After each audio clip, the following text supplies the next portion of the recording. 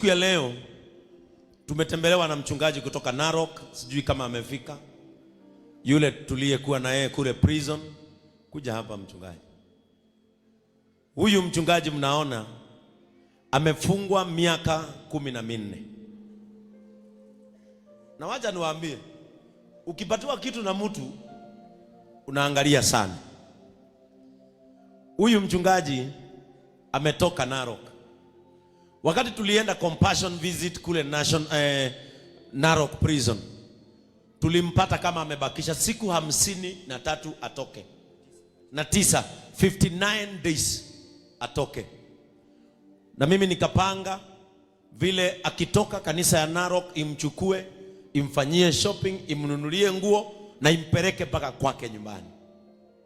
Na yeye alipofika kwake nyumbani, kwa sababu wako na shamba kubwa, akasema hakuna kitu kingine anataka tumfungulie kanisa hapo nyumbani kwake na atapeana shamba. Na siku ya leo amekuja kuabudu na sisi na pia kushukuru kwa sababu ya kusimama na yeye wakati alikuwa gerezani. Huyu tu ni mtu alipatana na mtu, nibebee hii bag. Hakujua ndani kuna pembe za ndovu. Miaka 14 kwa jela usicheze. Miaka 14 ni kumaanisha uliingia jela ukiwa na miaka. Acha atupe story yake. Anasema alikuwa amefungwa maisha kwanza. Yeye alikuwa amefungwa maisha. Na haya ni makaratasi yake ya kufungwa maisha, akafanya appeal. Unajua kuna watu tu Mungu huneemesha na uhurumia watu. Nataka mchungaji usalimie hawa watu. Jambo la kwanza nasema kwa bishop wa kanisa hili na makasisi waliopo hapa, wachungaji, wazee wa kanisa, akina mama, watoto na washirika wote. Hamjambo katika jina la Yesu Kristo. Hamjambo. Kwa jina naitwa Samuel Santore kutoka Morijo Loita kule karibu na mpaka wa Tanzania na Kenya. Nilishikwa tarehe 10 2014 January, siku ya Ijumaa. Na nikaa remandi miaka 2 na miezi 11 na siku 10. Tarehe 23 2016 mwezi wa 12 nikahukumiwa na akaunti 3. Akaunti ya kwanza nikafungwa live ama 20 million. Na ukisoma paragraph 1 na paragraph 18 inaelezea vizuri sana. Account 1 live sentence 20 million. Account 2 live sentence 20 million. Account 3 live 20 million. Hiyo ni milioni 60. Nikaambiwa na maji sana kwenda Wilbrod Juma, usipolipa milioni 60 utakaa gerezani maisha. Lakini akili yangu yakimbilia katika kitabu ya Danieli mlango wa 6 mstari wa 16. Baada ya siku 2 nikaandika rufaa. Baada ya mwaka 1 na siku na miezi 4 nikatolewa ile life sentence 3 na 60 milioni nikawekwa kando, nikafungwa miaka 11 ama fine ya milioni 1. Nimekaa gerezani miaka 10, miezi 3 na siku 11. My first born mmoja akiwa shule ya chekechea, yani nursery. Nimempata akiwa form 1. Ningempata akiwa form 2 lakini amerudia class 7. Sasa kwa ufupi ndio sikule muda, maana story yangu ni ndefu sana. Niliingia gereza nilikuwa na 33 years, nimetoka akiwa na 44. Nimepoteza muda mwingi sana kule gerezani. Maana gereza ni kupoteza tu, hakuna kuingiza. Wengine wakaniambia tuuse marufuku, anajua kuna wengine wanauza bangi kule, wengine wanauza kirai, wengine wanauza kuberi tupate pesa. Nikaambia hapana, mimi hapana. Wengine wanaiba na simu kukono, wakasema hapana. Wacha nimtegemee Mungu na siku ndatoka Mungu atanibarikia hapo. Hiyo yote mambo ya kuuza vitu kupata pesa jela nilikataa, maana nimemkubali Mungu. Bwana Yesu asifiwe. Bishop, kwa ufupi, nilipotoka wala ambao uliwaambia hawakuonekana. Najua hadi tuambie ukweli. Hawakuonekana. Bwana Yesu asifiwe. Sababu ya mie kuja hapa, ulisema ukitoka usipotee. Ulitamka mwenyewe askofu, ukawaambia wale, huyu ndugu akitoka mfuatilie sana. Ukasema viatu mpaka nguo askofu utanunua. yogurt ya watoto utanunua, ukataja mama pamoja na pikipiki. Wale wote uliwaambia hawajaonekana. Mimi nimeng'ang'ana, nimetoka nyumbani kule karibu na mpaka wa Tanzania na Kenya. Hata hapa sipajui, hata sasa hivi nitoa pale nje sipajui, sijaifika. Mpaka nikafika hapa.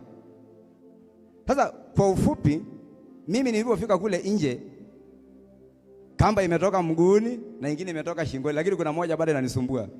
Kijana anataka atairiwe mwezi wa 12. Na kwa Masai bila kulipa mahari hautatairi kijana. Na mali natoa wapi? Nimekaa gerezani miaka 10. Nimepoteza tu. Sasa kwa ombi langu, maana kuna hela ambaye bishop yeye mwenyewe ataangalia, maana alitamka wakati ule. Na Waswahili wakasema ahadi ni deni. Hata kumbe kuna watu walikusikia. Tulipoongea na mama mmoja kule Albago, na akasema alisikia Bishop Kengei alikuja gerezani, aliona kwa TV kwamba alisema kuna mtumishi atatoka, atamnunulia pikipiki, atamsindikisha mpaka nyumbani. Ingawa hayo hakufanyika, nimekuja leo hapa. Naomba nyie mliopo hapa, wachungaji, washirika wote, maana kijana ananikimbiza. Kama Mungu atakujalia, atakubariki pale kitu kidogo, utaniangalia through bishop. Lakini yale bishop mwenyewe ulitamka, ulisema nguo yogurt, bado ananiuliza yogurt iko wapi? Nikamwambia bishop atanipatia. Sasa ukisoma hiyo judgment, najua inaweza akasema labda naongea uongo. Inaongea vizuri sana. Ndio naona nikaleta iwe kitu. Hata ningeleta picha zile za kunguru. Lakini kuna ndugu walikuwa kule, ni nani walikuwa Narok prison? Nyanyua mkono kama ulikuwa Narok prison. Kama tulikuwa na wewe Narok prison, hebu simama. Wale tulienda nao jela ya Narok. Tarehe 23 mwezi wa pili, siku ya Ijumaa. Wale walikuwa Narok prison. Simuliona hii sura? Hata huyu dada nilimwona alikuwa amevaa nguo nyekundu. Bila alitolea wale wanafunzi shilingi 1,100, wewe ndio toa 1,100. Amen. Amen. Wacha tuseme hivi. Amen. Wakati huyu mchungaji alikuwa jela, Njoroge James ulikuwa Narok, kwa nini umeketi? Tulimwahidi ya kwamba tutamkubalia apeperushe JCM TV, JCM Church kule kwao. Na akatuomba ombi moja, tufuatilie, to make sure amepata kola ya uchungaji. Praise the name of the Lord. Na mimi nataka kupatia Mofam hii jukumu as our patron. Fuatilia huyu mzee, tumsaidie. Hizo siku amepoteleza gerezani. Unasikia kwao Kimasai uwezi tahiri mtoto kama hujalipa mahari. Na sasa unasikia miaka 14 amekuwa gerezani. Kwa hivyo Mofam, after ibada, keti na yeye chini, usikie ni nini anahitaji, na ikitajika ni tukimbie kwao. Tukiona mahali alitupatia tujenge kanisa, tuende tuone, tumpatie ruhusa uko Loita mpakani mwa Tanzania, tukue na JCM. Alafu akimaliza huko kwao, huko twende huko tumumwagie mafuta na tumpatie nguo za utumishi, awe pasta wetu huko juu Umasaini. Si ni ukweli? Lakini leo mimi ndio nilipromise shopping na yogurt ya watoto. Na unasikia watoto bado wanauliza yogurt na maziwa bado. Maziwa iko hapo yao. Wamasai huwezi kosa maziwa karibu. Lakini yogurt ni ya maana sana, si ndio? Kwa hivyo leo mimi ukirudi nyumbani nitakupatia 20,000 zangu mimi mwenyewe, uende uanunulie yogurt, na wewe uingie mahali ununue kiatu, uangalie hivi, useme asante kwa sababu ya huyo mchungaji. Praise the name of the Lord. Kwa hivyo Njoroge James na Mofam, after ibada mketi chini na mtumishi huyu, mfuatilie. Ile siku tutaenda kumtawaza huko kwao. Zawadi yetu kama kanisa itakuwa pikipiki. Tutampelekea pikipiki ya kuhubiri nayo hiyo area yote. Si hapo tumempanga? Are we together? Mwezi wa 12 umebakisha miezi ngapi? Umebakisha miezi ngapi? miezi 6. Hiyo miezi 6 msaidieni tu, sababu ni mtu wa Mungu, na kule jera hakujichanganya, alihubiri neno mpaka akatoka. Bwana Yesu asifiwe. Amen. Kwa hivyo mtakubali, tutakuombea. Tupatie mic. Bwana Yesu asifiwe. Amen. Kidogo tu mchungaji, najua heri tuongee, tuweke mambo wazi. Kuna mwingine pia alikuwa ameahidi shamba kule wa familia Ethiopia. Mimi kwa upande wangu shamba itapatikana, lakini wamesha beacon, bado halijaonyeshwa mashamba. Hata nilipokuwa ndani mwanamke amelipa, tunapata eka 9 kila mtu, yeye eka 9, mimi eka 9, lakini bado hatujaonyeshwa. Lakini yule mwingine si bado wako jela? Yule mwingine ako jela, lakini yao wameshapatiwana. Yangu yetu ni wamesha beacon. Alijui kama tutapatiana mwezi wa 6 ama mwezi wa 7. Tukipatiana tu shamba hivi, mimi nitatoa ya upande wangu. Amen. Sababu natoa eka 19. Mwanamke 9.5, yangu 9.5. Lakini bado hatujaonyeshwa. Bado tugoje. Iko kwenye process. Yes. Ile kila nisukuma mbio ni kijana sababu nataka kutairiwa mwezi wa 12. Na unaenda kumwangalia jera? Umeshawahi enda kumwangalia kutoka utoke? Jela wanasema mpaka baada ya miezi 6 ndio urudi pale ukishatoka. Oh. Kijana sasa hivi form 1. Wacha nieleze hawa watu wanaweza kuwa hawaelewi hawashiki Kiswahili ya Kimasai. Wakati tulikuwa jela, kuna mzee mwingine walifungwa na huyu. Na yeye pia amefungwa ilikuwa miaka 10. Na yeye pia akanipatia shamba la kujenga kanisa. Sasa hilo shamba tulipatiwa yake iko tayari. Ya huyu ndio inawekwa beacons. Imewekwa, hawajapatiwa rasmi. Lakini already tuko na shamba moja ya kujenga kanisa huko. Kwa hivyo tutaenda, tutafuatilia, na mahali ambapo pako tayari, hapo ndio tutajenga kanisa. Huyu awe anahubiri hapo. Praise the name of the Lord. Kwa hivyo watu wa Loita, kunaitwa Morijo Loita. Morijo Loita. Morijo Loita. Mahali familia Sendeyo inapatikana na kina Lenana. Mahali familia ya Lenana na Sendeyo wanapatikana. Very soon tutakuwa na JCM Church Loita. Semeni amen. Elekezeni mikono hapa tuombee mchungaji. Baba, katika jina la Yesu, wewe ndio ulikaa na mchungaji huyu katika gereza miaka hiyo yote. Na Mungu wetu aliposimama na neno lako na akasema hata kuacha, Mungu umekuwa na yeye. Na alipotoka katika gereza, ombi lake lilikuwa kuhubiri ili miaka yake iliyoliwa na nzige, Mungu wetu umrejeshe yeye na familia yake. Tunataka kumwombea kibali na neema ya kukubalika na wanadamu, kibali ambacho kitamrejesha katika nafasi yake katika jamii.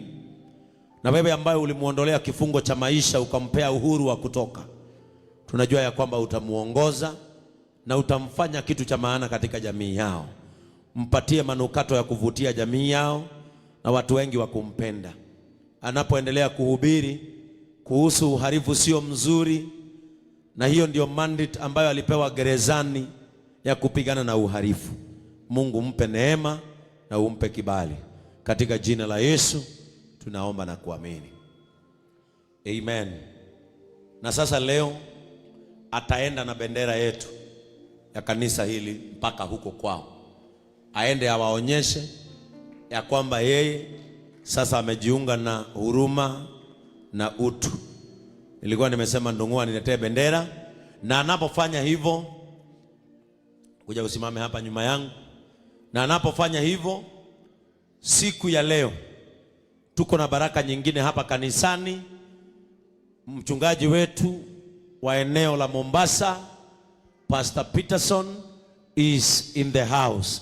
Let us welcome Pastor Peterson all the way from Mombasa Mtwapa, aje atusalimie na yeye tumpatie bendera, kwa sababu wameanza ushirika kule Mtwapa, na siku ya Sunday ndio wanaanza ibada rasmi za kanisa letu la Mombasa.